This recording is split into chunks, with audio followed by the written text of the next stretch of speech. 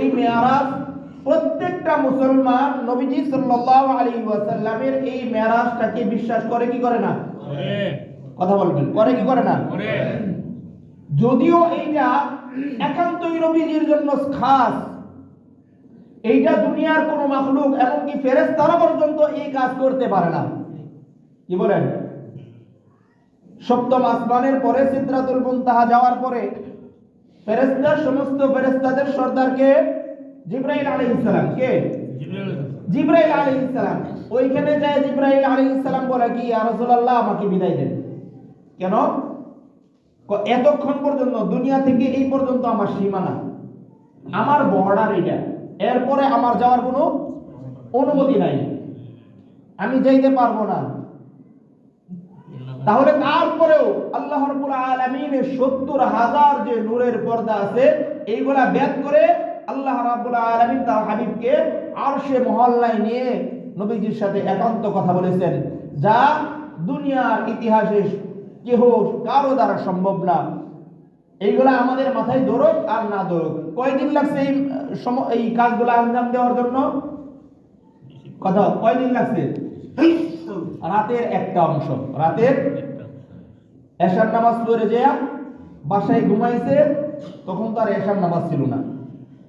তো নবীজি সাল্লাল্লাহু আলাইহি ওয়াসাল্লাম শুরু থেকে একটা অভ্যাস ছিল, তিনি রাত বেশিক্ষণ জাগতেন না। কি করতেন না? রাত জাগতেন না। ৮টা-৯টার ভিতরে তিনি কি করতেন? খাওয়া দাওয়া করে ঘুমায় যেতেন। আমরা তো ৮টা-৯টার সময় তো আমাদের মাত্র শুরু হয়, মনে হয় যে মাত্র সূর্য ডুবছে। আমাদের ঘুম আসে যে ৩টা-৪টার পরে। কিসের পরে? ৩টা-৪টার পরে। এগুলো নিয়ে ভাববেন, প্রত্যেকটা সুন্নত, একটা সুন্নত উম্মতের জন্য শিফা, রোগ মুক্তির কারণ। সুন্নত পালন করবেন, আপনি রোগ থেকে মুক্ত থাকবেন। এই রাতের ঘুম নিয়ে আপনি রিচার্জ করেন, গবেষণা করে দেখেন এই রাতের ঘুম সম্পর্কে, রাতের ঘুম কতটুকু জরুরি এবং কখন ঘুমাইলে আপনার শরীরের উপকার হবে। দেখবেন যে নবীজি সাল্লাল্লাহু আলাইহি ওয়াসাল্লামের আদত, অভ্যাস এবং তার সুন্নতের সাথে মিলে গেছে। সুবহানাল্লাহ। তো নবীজি সাল্লাল্লাহু আলাইহি ওয়াসাল্লাম রাতের শুরু ভাগে তিনি ঘুমায় গেছেন। যখন গভীর ঘুম, তখন ফেরেশতা, আমি চাইছিলাম না এই ঘটনাগুলো বলতে, আমার উদ্দেশ্য অন্য কিছু, কিন্তু শুরু করতেছি, একটু বুঝবার চেষ্টা করবেন। নবীজি গভীর ঘুমে নিমজ্জিত, এই অবস্থার মধ্যে ফেরেশতা জিবরাইল এবং মিকাইল, দুইজন ফেরেশতা আসলো। কোথা থেকে আসে? দরজা দিয়ে আসছে। হাদিস শরীফের মধ্যে আছে, নবীজি যেই ঘরে হযরত উম্মে হানি, চাচাতো বোন হযরত আবু তালেবের মেয়ে কন্যা উম্মে হানির রাদিয়াল্লাহু তাআলা আনহা তার ঘরের মধ্যে ঘুমাইতেছিলেন। এর কষ্ট আসতে পারে, উম্মে হানির ঘরে কেন ঘুমাইলো?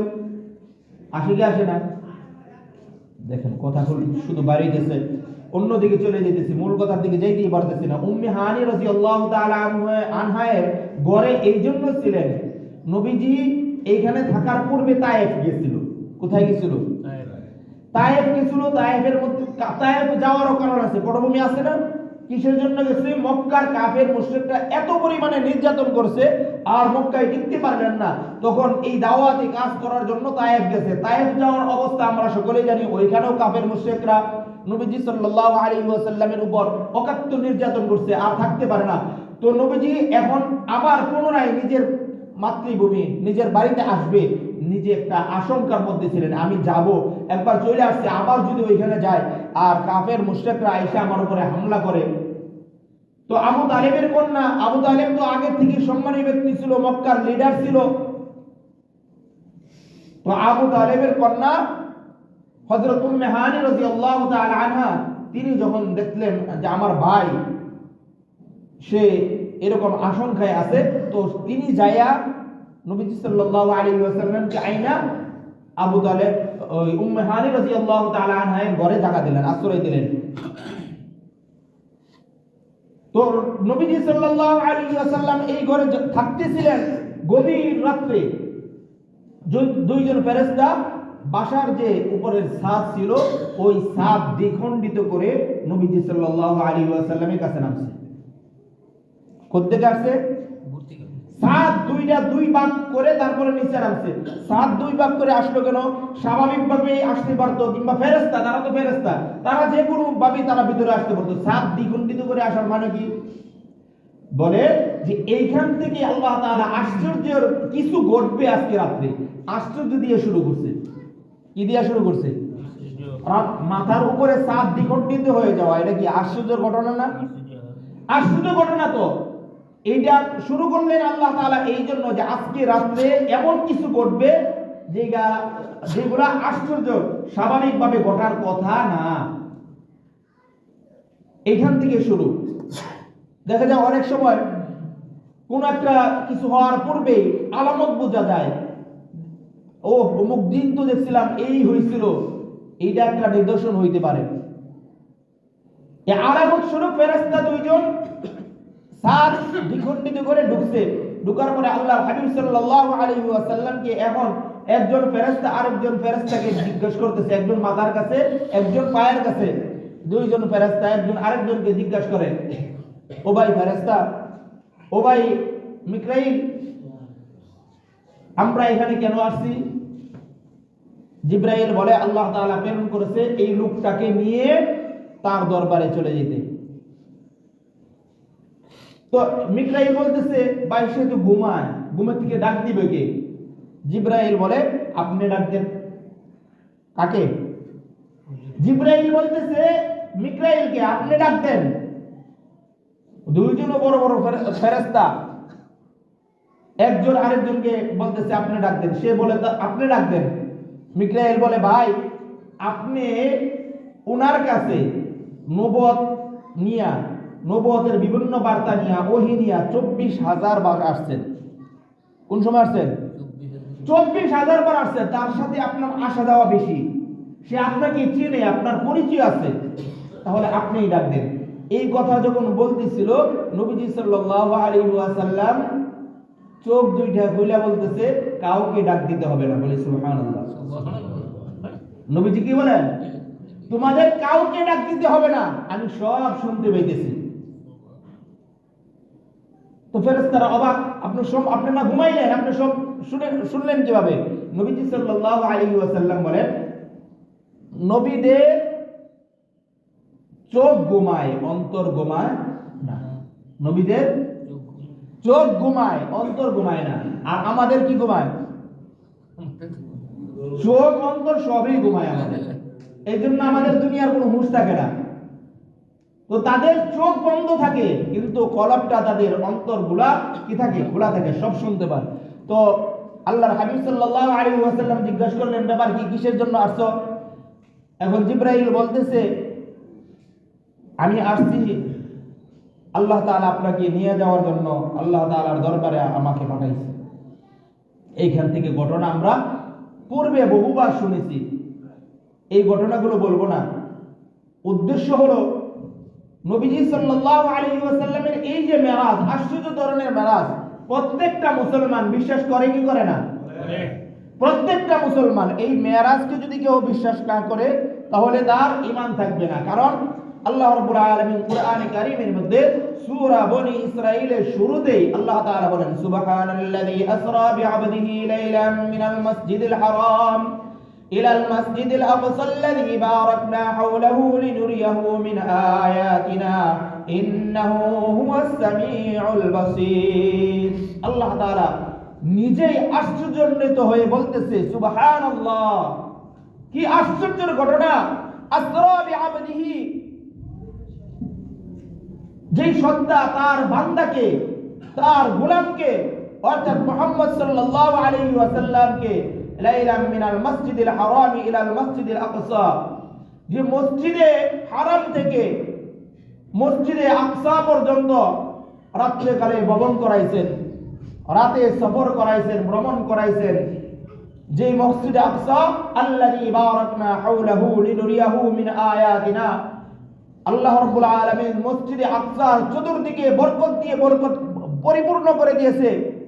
লিনুরিয়াহু মিন আয়াতিনা, এবং ওই সত্তা তাকে আল্লাহ রাব্বুল আলামিনের আশ্চর্য আশ্চর্য যত অলৌকিক জিনিসগুলো আল্লাহ রাব্বুল আলামিন দেখাইছেন। তাহলে মসজিদে হারাম থেকে মসজিদে আকসা পর্যন্ত এই ঘটনা এতটুকু পর্যন্ত কেউ যদি অস্বীকার করে, নবীজির সশরীরে মেরাজ, যে তিনি সশরীরে মেরাজ করেছেন, মসজিদে আকসা থেকে মসজিদে হারাম থেকে মসজিদে আকসা পর্যন্ত গিয়েছেন, এইটা যদি কেউ অস্বীকার করে সে মুসলমান থাকে না, সঙ্গে সঙ্গে কাফের হয়ে যাবে, যেটা কাফের মুশরিকরা দেখাইছে। তো নবীজি সাল্লাল্লাহু আলাইহি ওয়াসাল্লামের এই মেরাজ প্রত্যেকটা মুসলমান ইমানদার এইটা বিশ্বাস করে, এবং এটা ইমানের একটা অংশ। কিসের অংশ? ইমানের একটা অংশ। আর মক্কায় যখন আসলো, মক্কায় আসার পরে মক্কার কাফের মুশরিকরা নবীজি সাল্লাল্লাহু আলাইহি ওয়াসাল্লামের এই মেরাজকে বিশ্বাস করছে। কথা বলবেন, বিশ্বাস করছে? আবু জাহেল, আবু লাহাব, উতবা, শাইবা, বড় বড় লিডাররা করে নাই। নবীজি সাল্লাল্লাহু আলাইহি ওয়াসাল্লামকে বলল, ও মুহাম্মদ, আল্লাহর হাবিব মেরাজ থেকে আসছে, আসার পরে হাতিমে কাবার সাথে হেলান দিয়ে বসে আছে। সকালবেলা একদম ভোরে ফজরের নামাজ পড়ে হাতিমে কাবার সাথে হেলান দিয়ে বসে আছে। কে বসে আছেন? দু জাহানের বাদশা সরকারে দু আলম হাতিমে কাবার সাথে হেলান দিয়ে বসে আছে। আবু জাহেল সামনে দিয়ে যায়। কে যায়? আবু জাহেল যায়। আবু জাহেল জিজ্ঞেস করতেছে, মুহাম্মদ, ব্যাপার কি, এত সকালে এখানে বসে আছো, কি কিছু ঘটছে কিনা? কে জিজ্ঞেস করতেছে? কারণ যার ভিতরটা অন্ধকার, কালো, ময়লা যুক্ত, যে সবসময় মানুষের ক্ষতি করার জন্য ব্যস্ত থাকে, তার চিন্তা তো এমনই হবে। সে তার চিন্তা হলো, দেখি কিছু জিগায়া কিছু নতুন কিছু বলে নাকি, আর সমাজের মধ্যে মুহাম্মদ সম্পর্কে পেস্ট লাগানো যায় কিনা, একটা এই চিন্তা ভাবনায় আবু জাহেল বলতেছে, ও মুহাম্মদ, ব্যাপার কি, এত সকালে বসে আছো, নতুন কিছু ঘটছে? আল্লাহর হাবিব সাল্লাল্লাহু আলাইহি ওয়াসাল্লাম ডাক দিয়ে বলতেছে, ও চাচা দাঁড়ান,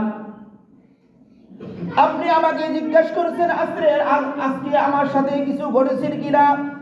চাচাজি, আজকে আমার সাথে এমন আশ্চর্য ঘটনা ঘটেছে যা পূর্বে কখনো এমন ঘটনা ঘটে নাই। আবু জাহেল বলে, তাই নাকি? বলো মুহাম্মদ, বলো তোমার সাথে কি ঘটেছে? আল্লাহর হাবিব সাল্লাল্লাহু আলাইহি ওয়াসাল্লাম ডাক দিয়ে বলে, চাচা, রাত্রে আমি আমার চাচাতো বোন উম্মে হানির ঘরে শুয়া ছিলাম। ঘুমন্ত অবস্থায় দুইজন ফেরেশতা আয়েশা আমাকে মসজিদে হারাম থেকে মসজিদে আকসা নিয়ে গেছে। ওইখান থেকে সপ্তম আসমানের উপরে আল্লাহ রাব্বুল আলামিনের আরশে আজিম থেকে আল্লাহ তাআলার সাথে কথা বলে আবার আমি রাতে থাকতে থাকতে এই রাত গভীরে আমি আবার আমার ঘরে চলে আসছি। আমি যাই বলে, ও আচ্ছা, তাই নাকি? তুমি এইটাই দেখছো, এইটাই করছো? বলছে, হ্যাঁ চাচা, আমি এইটাই করছি।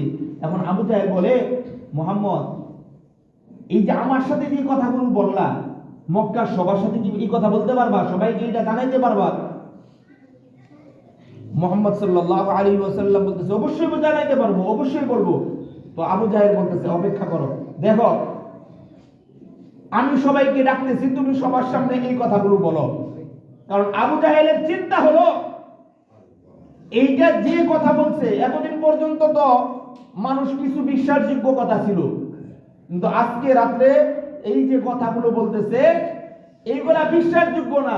মানুষ শোনার পরেই বুঝতে পারবো মুহাম্মদ কি বলতেছে। এইগুলা যে মিথ্যা, তার কথা শুনেই মানুষগুলো বুঝতে পারবো। আবু জাহেল মক্কার কুরাইশদের গোত্র ধরে ধরে প্রত্যেকটা লোকদেরকে ডাক দিয়ে বলতেছে, কে কোথায় আসো, জলদি করে তোমরা হাতিমে কাবার চত্বরে চলে আসো। আবু জাহেল মক্কার লিডার, এই লিডারের ডাক যখন শুনেছে, লিডারের ডাক শোনার সাথে সাথে সমস্ত কুরাইশবাসী সহ মক্কার যত কাফের মুশরিকরা ছিল সবাই চলে আসছে। আবু জাহেল এই ফাঁকে একজন লোককে নবীজি সাল্লাল্লাহু আলাইহি ওয়াসাল্লামের প্রিয় সাহাবী হযরত আবু বকর সিদ্দিক রাদিয়াল্লাহু তাআলা আনহুকে ডাক দেওয়ার জন্য লোক পাঠাইছে। নবীজি সাল্লাল্লাহু আলাইহি ওয়াসাল্লাম এখন সমস্ত লোকেরা যখন আসলো, আবু জাহেল বলতেছে, ও মুহাম্মদ, তোমার পূর্বের কথাগুলো তুমি এই লোকদের সামনে আবার বলো। আল্লাহর হাবিব সাল্লাল্লাহু আলাইহি ওয়াসাল্লাম যখন এই মক্কা থেকে যখন আল্লাহর হাবিব সাল্লাল্লাহু আলাইহি ওয়াসাল্লাম এই মেরাজের ঘটনা বর্ণনা করা শুরু করলেন, মক্কার এই কাফের মুশরিকরা ঠাট্টা মশকরার মধ্যে লেগে গেল। ও কি বলে, মুহাম্মদ এতদিন পর্যন্ত আমরা জানতাম আধা পাগল, এখন দেখি পুরাপুরি পাগল হয়ে গেছে। বলি নাউজুবিল্লাহ।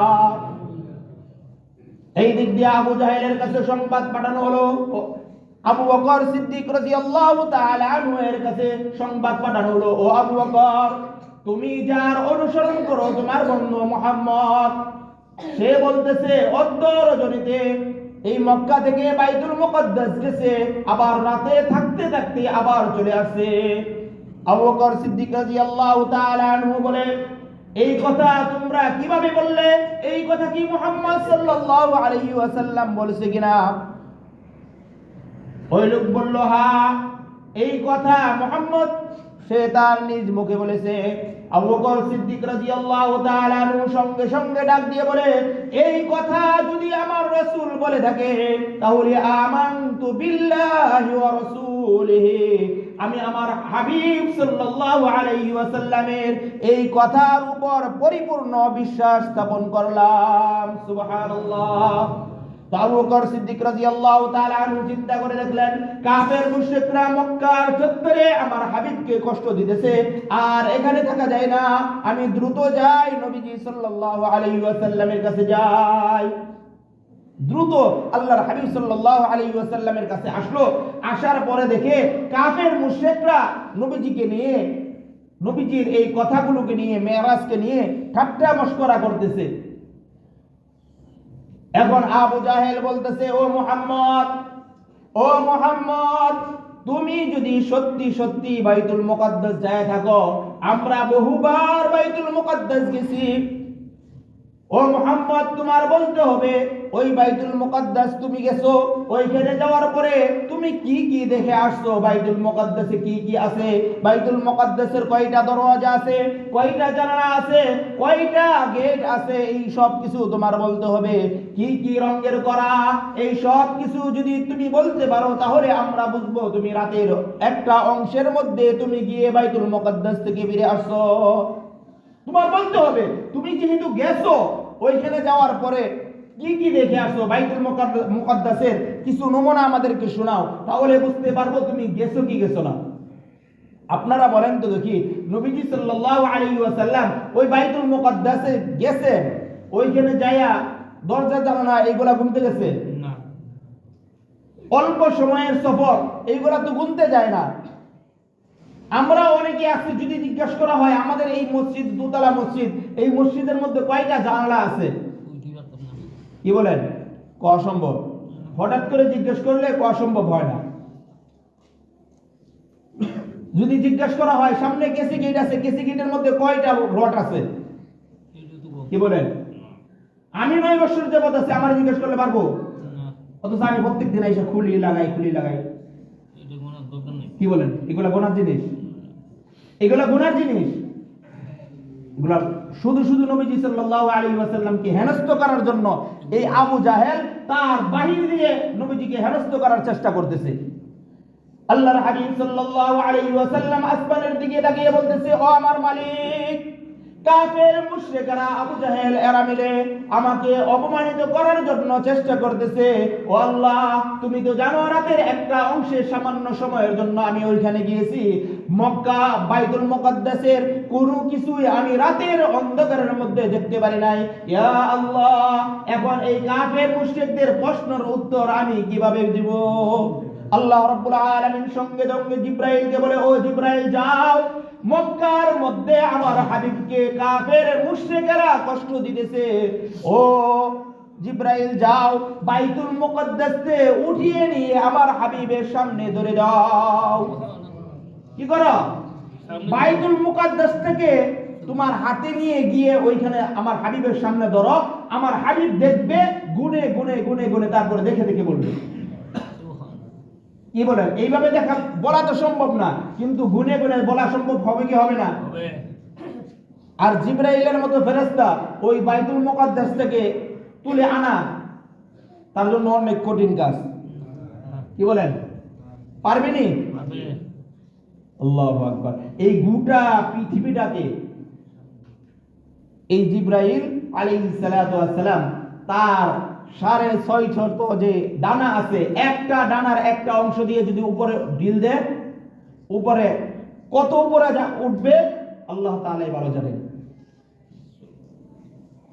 গোটা পৃথিবী, শুধু বাইতুল মুকদ্দাস জেরুজালেমের ওই বাইতুল মুকদ্দাস না, গোটা পৃথিবীটাকে এরকম ভাবে করতে পারবে। তো জিবরাইল আলাইহিস সালাতু ওয়াস সালাম আয়েশা বলতেছে, ইয়া রাসূলুল্লাহ, ইয়া হাবিবাল্লাহ, এই কাফের মুশরিকদের উত্তর আমি আপনার চোখের সামনে বাইতুল মুকদ্দাস থেকে ধরতেছি, আপনি দেখে দেখে বাইতুল মুকদ্দাসে কখন কোথায় কি আছে এই সব কিছু আপনি বিস্তারিত বলে দেন। আল্লাহর হাবিব সাল্লাল্লাহু আলাইহি ওয়াসাল্লাম এই সবগুলো যখন সঠিকভাবে তথ্য সহকারে আল্লাহর হাবিব দিতেছিল, কাফের মুশরিকরা অবাক হয়ে বলতেছে, হায় এইটা কিভাবে সম্ভব? এখন যারা বাইতুল মুকদ্দাসের পরিপূর্ণ বিবরণ শুনলো, বিবরণ শোনার পরে কিছু লোক কাফের মুশরিকরা নবীজি সাল্লাল্লাহু আলাইহি ওয়াসাল্লামের সামনে ওই সময় মুসলমান হয়ে যায়। কিছু লোক তৎক্ষণাৎ বাইতুল মুকদ্দাসের বিবরণ শুনে তারা সত্য সত্য সবকিছু পাইছে, মুসলমান হয়ে যায়। এখন আল্লাহর হাবিব সাল্লাল্লাহু আলাইহি ওয়াসাল্লাম ডাক দিয়ে বলে, ও মক্কার কাফের মুশরিকরা, আমি যখন বাইতুল মুকদ্দাস আল্লাহ রাব্বুল আলামিনের দরবার থেকে মেরাজ করে যখন আসার সময় হীরা নামক স্থানে আমি আমাদের মক্কার একটা কাফেলা দেখে আসি। কি দেখে আসি? মক্কার একটা কাফেলাকে আমি ওইখানে দেখে আসছি, যে কাফেলার একটা উট হারায় গেছে। কাফেলার কি হারায় গেছে? উট হারায় গেছে। এই উট খুঁজতে তারা চতুর্দিকে ছড়ায় পড়ছে। আমি আসার সময় জিব্রাইলকে বললাম, ও জিব্রাইল একটু দাঁড়াও। জিব্রাইল আমাকে নিয়ে দাঁড়াইছে। দাঁড়ানোর পরে আমি ওই তাদের যে মটকা ছিল, ওই মটকার মধ্যে সামান্য পানি ছিল, ওই পানিটুকু খাইয়া চলে আসছি। সুবহানাল্লাহ বলি। কি করছেন? ওই কাফেরা তারা কি খুঁজতে গেছে? তাদের উট হারায় গেছে, উট খুঁজতে গেছে। এই ফাঁকে নবীজি ওইখানে নাই, মা ওদের পানি ছিল, পানি খাইয়া চলে আসছি। আর কি দেখেছো? নবীজি সাল্লাল্লাহু আলাইহি ওয়াসাল্লাম বলেন, আমার যে বাহন ছিল এই বুরাক, এই বুরাকের পাখার আওয়াজে তাদের একটা ঘোড়া ওইখানে এই আওয়াজে ওই ঘোড়াটা মরে গেছে। আমি তাদের কাফেলার একজন লোককে ডাক দিয়ে বলতেছি, ওই উমুক। আমি তাকে যখন ডাক দিলাম, সে আমার ডাক শুনেছে এবং চতুর্দিকে তাকায় কিছুই দেখতে পারে না অন্ধকারের মধ্যে। আমি তাকে ডাক দিছি, নাম করে ডাক দিছি। ডাক দেওয়ার পরে সে চতুর্দিকে খুঁজা অন্ধকারের মধ্যে আর কিছু না দেখতে পারে নাই। আবু জাহেল বলে, হ্যাঁ তুমি এইগুলা করেছো? তাহলে বলো তো দেখি, ওই কাফেলা কবে ডাকাত আসবে, কবে মক্কায় ঢুকবে? তো নবীজি সাল্লাল্লাহু আলাইহি ওয়াসাল্লাম দূরত্ব অনুমান করে বলতেছে, আগামী বুধবার সন্ধ্যার পূর্বে, সূর্য ডুবার পূর্বে তারা আমাদের মক্কায় ঢুকবে। কখন ঢুকবে? বুধবারের কথা হাদিসের কিতাবের মধ্যে উল্লেখ আছে যে আগামী বুধবার সন্ধ্যার আগে এই কাফেলাটা কোথায় ঢুকবে? মক্কায় ঢুকবে। এখন সবাই অপেক্ষা করতেছে 3 দিন সময় সবাই অপেক্ষা করতেছে যে কখন আসবে, কখন আসবে। দেখা যাক এই একটা সুতা নিয়ে, একটা বাহানা নিয়ে মুহাম্মদকে সবার সামনে মিথ্যুক বানানো যায় কিনা, এই নিয়ে সবাই পেরেশান। মুহাম্মদ সাল্লাল্লাহু আলাইহি ওয়াসাল্লামকে কিভাবে শরম দেওয়া যায়, অপমানিত করা যায়, সবাই ব্যস্ত। এখন সন্ধ্যার সময় সবাই গিয়ে ওই সূর্য ডোবার স্থানে তারা দাঁড়িয়ে আছে, পশ্চিম দিগন্তে তাকিয়ে আছে কখন সূর্য ডুববে আর ওই কাফেলা যাতে না আসে, এই কথা বলতেছে আবু জাহেল লোকদেরকে নিয়ে। দেখো এখন সূর্য ডোবার সময় হয়ে গেছে, এখন কাফেলা আসে নাই।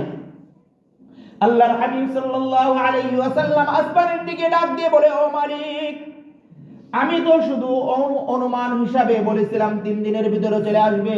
আল্লাহ তুমি আমাকে এই মক্কার কাফের মুশরিকদের সামনে অপমানিত করো না, আমাকে এই মক্কার কাফের মুশরিকদের সামনে অপমানিত করো না।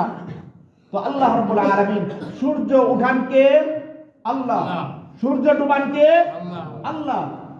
তো আল্লাহ রাব্বুল আলামিন সূর্যকে ডাক দিয়ে বলে, ও সূর্য, যেই পর্যন্ত গেছো ওই পর্যন্ত থাকো, তারপরে তুমি আর অস্ত যেও না, তুমি থাকো, এইখানেই থাকো। সূর্য যখন ডুবতে থাকে, ডুবার মুহূর্তে বোঝা যায় যে এখন সূর্য কি হয়ে যাবে, ডুবে যাবে। তো মক্কার কাফের মুশরিকরা সবাই তাকিয়ে আছে, ব্যাপার কি, সূর্য ডুবে না কেন, সূর্য লাল হয়ে গেছে, ডিমের কুষার মতো হয়ে গেছে, এখনো এটা ডুবে না কেন, অস্ত যায় না কেন। এমন করতে করতেই তারা দূর থেকে দেখতেছে ওই বণিক কাফেলা মক্কার ভিতরে প্রবেশ করতেছে। সুবহানাল্লাহ। যখন এই কাফেলা মক্কার ভিতরে ঢুকছে, আল্লাহ রাব্বুল আলামিন সঙ্গে সঙ্গে সূর্যকে হুকুম দিলে, ও সূর্য, এখন তুমি অস্ত চলে যাও। সূর্য অস্ত চলে গেল। এই মক্কার ওই কাফেলা, বণিক কাফেলা আইসা মক্কার ভিতরে ঢুকলো। এখন সমস্ত মক্কার লোকেরা এই কাফেলাকে ঘিরে বসছে।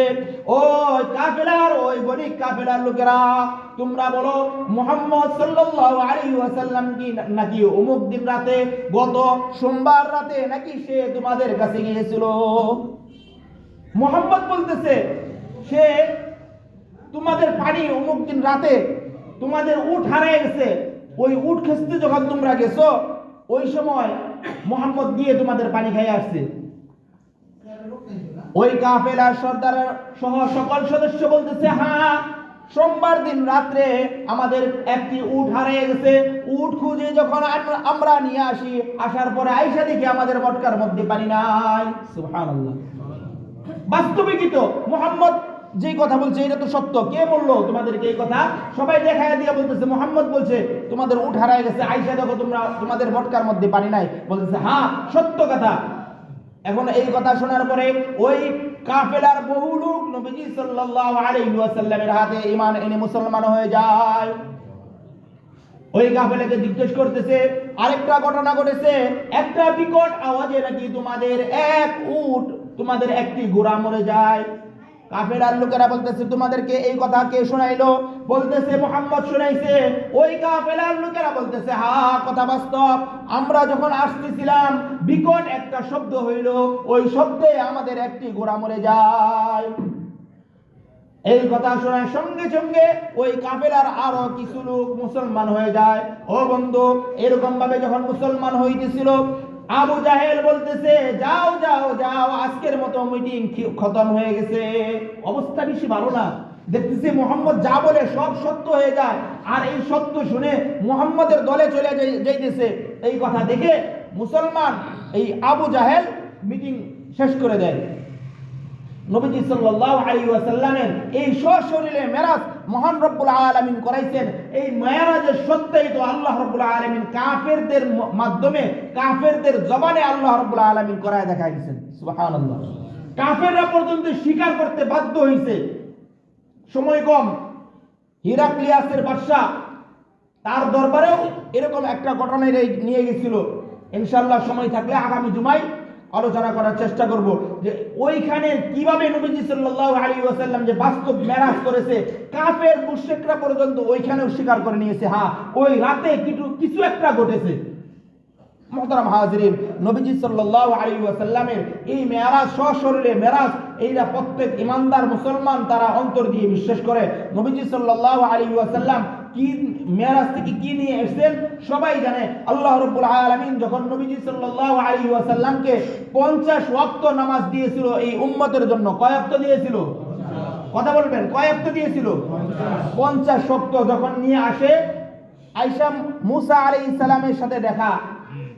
মুসা জিজ্ঞেস করতেছে, ভাই আপনি আসলেন আল্লাহর দরবারে, আপনার উম্মতের জন্য আল্লাহ তাআলা কি দিছে? নবীজি তো খুব খুশি, আমার উম্মতকে 50 ওয়াক্ত নামাজ দিছে। যখন এই কথা মুসা আলাইহিস সালামের কাছে বলে, মুসা আলাইহিস সালাম বলে, ও রাসূলুল্লাহ, ও মুহাম্মদ, আপনার উম্মত কোন অবস্থাতে এই 50 ওয়াক্ত পড়তে পারবে না। কি বলেন, পড়তে পারবে না? যা আপনি কমায় নিয়ে আসেন, কমাইতে কমাইতে কমাইতে কমাইতে যখন 5 ওয়াক্ত নিয়ে আসেন, আসার পরে মুসা আলাইহিস সালাম জিজ্ঞাসা করতেছে, ভাই কয় ওয়াক্ত কমায় নিয়ে আসলেন? আল্লাহর হাবিব বলতেছে 5 ওয়াক্ত রাখছি। তো মুসা আলাইহিস সালাম বলছিল, আবার যান, আরো গিয়া কমায় নিয়ে আসেন। আপনার উম্মত এই 5 ওয়াক্তও পড়তে পারবো না। কি বলেন? মুসা আলাইহিস সালাম এটা সত্য বলছে না মিথ্যা বলছে? কথা বলবেন। আপনার উম্মত এই 5 ওয়াক্তও পড়তে পারবে না। কি বলেন, আমরা পড়তে পারি? 5 ওয়াক্ত পড়তে পারি? এত বড় একটা উপহার নিয়ে আসছে, আসার পরে এখন আমরা এটা হেলাই ফেলাই ফেলে দেই। আল্লাহ রাব্বুল আলামিন তখন বললেন, নবীজি বলতেছে, না ভাই মুসা, আমি আল্লাহ তাআলার কাছে এবার এই 5 ওয়াক্ত থেকে কমাইতে লজ্জাবোধ করতেছি, আমি আর পারবো না। নবীজি চলে আসছে, আসার পরে আল্লাহ রাব্বুল আলামিন ঘোষণা দিয়ে জানায় দেয়, ও হাবিব, আমি যা নির্ধারণ করে দিয়েছি 50 ওয়াক্ত, এই 50 ওয়াক্তই আপনার উম্মত 1 ওয়াক্ত নামাজ পড়বে। এই 1 ওয়াক্তের বিনিময়ে আমি 10 ওয়াক্ত নামাজের সওয়াব দান করব। সুবহানাল্লাহ। তাহলে 5 ওয়াক্ত নামাজ পড়লে কয় ওয়াক্ত নামাজের সওয়াব দিবে? 50 ওয়াক্ত। যে আল্লাহ রাব্বুল আলামিন বলেন, আমি যা লিখছি এইটাই শিরোধার্য, আপনার উম্মত 5 ওয়াক্ত নামাজ পড়বে, আমি রব্বুল আলামিন আপনার এই উম্মতকে 50 ওয়াক্ত নামাজের সওয়াব দান করব। সুবহানাল্লাহ। মুহতারাম হাজিরিন, এই মেরাজ থেকে নিয়ে আসা নবীজি সাল্লাল্লাহু আলাইহি ওয়াসাল্লামের এই উপঢৌকন, এই উপহার, এইটাকে আমরা প্রত্যেকে সাদরে গ্রহণ করি এবং এই 5 ওয়াক্ত নামাজের ইহতিমাম করি। যদি 5 ওয়াক্ত নামাজ আমরা পড়তে পারি, প্রত্যেকেই কথাটা মনে রাখবেন, প্রত্যেকেই যদি হাদিস শরীফের মধ্যে আছে, আল্লাহ রাব্বুল আলামিন এই উম্মত তার অন্যান্য গুনার কারণে, অন্য যত গুনাহ আছে সমস্ত গুনার কারণে যখন কোনো না কোনো ভাবে সে কোথায় চলে গেছে? জাহান্নামে চলে গেছে। কোথায়? জাহান্নামে চলে গেছে। তো আল্লাহ রাব্বুল আলামিন ফেরেশতাকে পাঠাইবে, ও ফেরেশতা যাও, আখিরি জামানার উম্মতদেরকে জাহান্নাম থেকে মুক্ত করে নিয়ে আসো। কি করে? কোত্থেকে নিয়ে আসো? কথা বলবেন। জাহান্নামের মধ্যে আখিরি নবীর উম্মতই আছে না আরো কেউ আছে? কথা বলবেন। জাহান্নামের মধ্যে আখিরি নবীর উম্মতই নাকি সব উম্মত আছে? এই লক্ষ কোটি উম্মত ওই জাহান্নামের মধ্যে জ্বলতেছে। ফেরেশতা জিজ্ঞেস করবে, আল্লাহ, আমি আখিরি নবীর উম্মতদেরকে চিনব কিভাবে? চিনব কিভাবে? আল্লাহ রাব্বুল আলামিন বলবে, ও ফেরেশতা যাও, আখিরি নবীর উম্মতের তার চেহারার মধ্যে দুজকের আগুন হারাম, তার হাতের মধ্যে দুজকের আগুন হারাম, তার পায়ের মধ্যে দুজকের আগুন হারাম। সেই যে অঙ্গগুলো দিয়ে আমি রব্বুল আলামিনের ইবাদত করার জন্য সেই যে অঙ্গগুলো দিয়ে ওযু করেছে, ওযুর স্থানগুলো দুজকের আগুনকে হারাম করে দেওয়া হয়েছে। কি করা হয়েছে? ওযুর স্থানগুলোকে দুজকের আগুনের জন্য হারাম করে হয়েছে। আর যায় দেখবা আখিরি নবীর উম্মত যারা আমি রব্বুল আলামিনকে এক জেনে আমার কুদরতি পায়ে সেজদায় করেছে, অর্থাৎ নামাজে আমাকে সেজদা করেছে, ওই সেজদার স্থানে গিয়ে দেখবে ওইটা সূর্য চন্দ্রের আলোর মতো ঝকঝক করতেছে। সুবহানাল্লাহ। এখন আমরা আখিরি নবীর উম্মত প্রত্যেকেই যদি 5 ওয়াক্ত নামাজ আদায় না করি, আর ওইখানে যে যদি আমরা কোনো কারণে, কোনো অপরাধের কারণে, গুনার কারণে যদি জাহান্নামে যাই, আমাদেরকে ফেরেশতা চিনবে না। যারা নামাজ পড়ে না, উম্মত তো সবাই, যারা নামাজ পড়ে না, ওযু করে না, তাদের জাহান্নামে যদি যায়, ওইখানে তাদের মুক্তি হবে কিভাবে? কোন উপায় আছে? ফেরেশতারা যায় খুঁজে পাবে না, কারণ ফেরেশতাদেরকে যেই নিদর্শন বলা হয়েছে ওই নিদর্শন পাবে না, খুঁজে পাবে না। এই জন্য মুহতারাম হাজিরিন, সকলের কাছে অনুরোধ থাকবে আমরা প্রত্যেকেই আল্লাহ রাব্বুল আলামিনের এই মহান বিধান 5 ওয়াক্ত নামাজ, আল্লাহ রাব্বুল আলামিন আমাদের সকলকে যত কষ্টই হোক, যত সমস্যাই হোক, এই সমস্যার মধ্যে আমরা যেখানে থাকি, আমরা যেন 5 ওয়াক্ত নামাজ আদায় করতে পারি। আল্লাহ রাব্বুল আলামিন আমাদেরকে তৌফিক দান করুক। আমিন।